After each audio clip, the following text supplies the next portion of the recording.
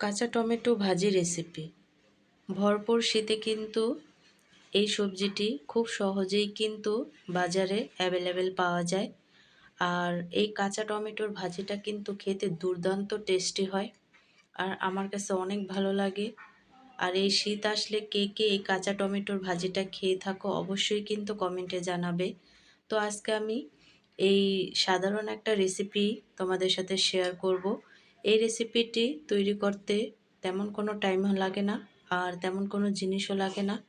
তো এই সাধারণ জিনিসটা কিন্তু আমি খুব কম সময়ের মধ্যেই তোমাদের সাথে শেয়ার করব।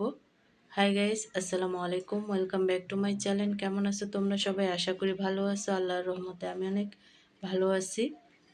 তো গাইস, তোমাদের মাঝে আজকে আমি খুবই ছোট্টখাট্ট একটা রেসিপি নিয়ে আসছি, আর সেটা হচ্ছে কাঁচা টমেটোর ভাজি।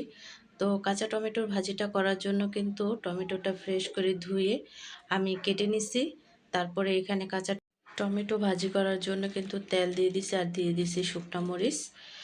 তো শুকনা মরিচটা দেওয়ার পরে এখানে আমি পেঁয়াজটা নিয়ে নিছি, আর পেঁয়াজটাকে একটু লাল করে ভেজে নিব।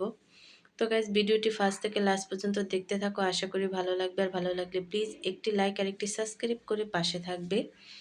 তো তারপরে কিন্তু পেঁয়াজটা লাল করে ভেজে নেওয়ার পরে কিন্তু এখানে আমি যে টমেটোগুলো কেটে রাখছিলাম সেগুলো দিয়ে দিছি।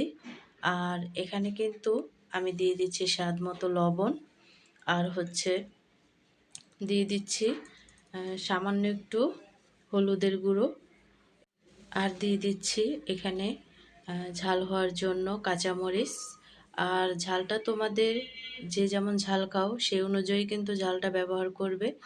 তারপরে কিন্তু সবগুলো উপকরণ দিয়ে খুব ভালো করে উল্টিয়ে পাল্টিয়ে আমি মিক্স করে নেব, যাতে যে মশলাটা দিছি সেটা মিক্স হয়ে যায়।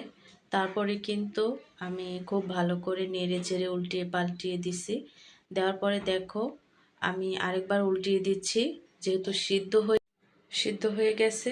তো আমি আরেকটু উল্টিয়ে দিচ্ছি, যাতে টমেটো যদি কাঁচা থাকে সেটা সিদ্ধ হয়ে যাবে। তো দেখো আরেকবার কিন্তু আমি টমেটোগুলোকে উল্টিয়ে দিচ্ছি।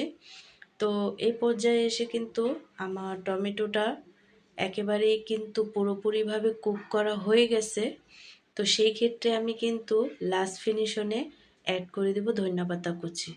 আর এর স্বাদটা কিন্তু বাড়িয়ে তোলে এই ধনিয়াপাতা কুচিতে, যেহেতু শীতের মৌসুম। আর এখনকার ধনিয়াপাতাতে কিন্তু প্রচুর পরিমাণের সুন্দর একটা স্মেল বের হয়। তার জন্য কিন্তু এই ধনিয়াপাতা কুচিটা আমি যে কোনো খাবারেই কিন্তু ইউজ করি। আমার কাছে অনেক ভালো লাগে এই ধনিয়াপাতার স্মেলটা।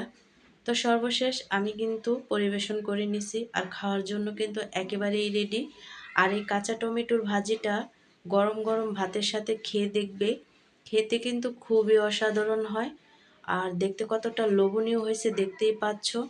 আমার কাছে কিন্তু শীত আসলেই আমি এই কাঁচা টমেটোটা অবশ্যই খাবো। আমার কাছে খুবই ভালো লাগে। আর তোমরা কারা কারা এই সবজিটা খাও অবশ্যই কিন্তু কমেন্টে জানাবে। তো এভাবে করে কিন্তু তোমরা বাসায় ট্রাই করতে পারো। যারা যারা কাঁচা টমেটোর ভাজি খাও না তারাও কিন্তু ট্রাই করবে। ট্রাস্ট মি, অবশ্যই কিন্তু ভালো লাগবে এই ভাজিটা। তো আজকের রেসিপিটা কেমন লাগছে অবশ্যই কিন্তু কমেন্টে জানাবে। তো অন্য কোনো রেসিপি নিয়ে তোমাদের মাঝে আবার চলে আসবো। আজকে এই পর্যন্তই। আল্লাহ হাফেজ।